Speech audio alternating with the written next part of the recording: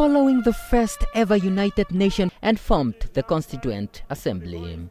Those elected were tasked to draw up the Namibian constitution, and 21 of these members drafted the constitution chaired by President Geingob.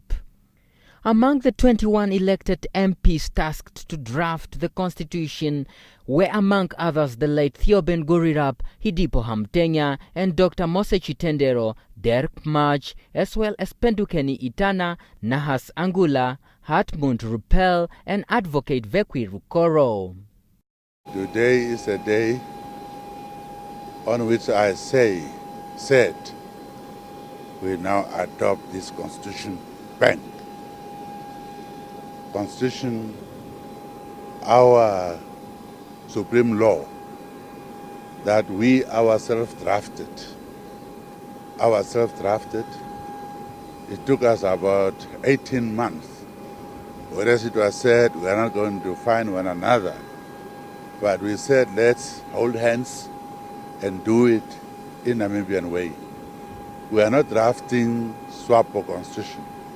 We said we are drafting Namibian constitution. Therefore, we have one of the best constitutions. We must therefore honor this day. Geingob says unity should continue to be an ultimate symbol of Namibia's commitment to democratic rule. He says without a collective spirit, the country can never achieve true democracy. That's a big day that Namibians must put aside so that we can reflect on it. Guarantees in our constitution, freedoms guaranteed there. It's a beautiful constitution, and therefore we must implement it because it's calling for equality, it is calling freedom of movement, freedom of speech. The head of state urged the nation to adopt ethos of unity devoid of selfish ambition and to pull in one direction for the sake of national prosperity. If we can work within the framework of the Constitution, we are building a great nation, country under the law, where nobody is higher. Constitution is supreme, above all of us. So happy Constitution Day, Namibia.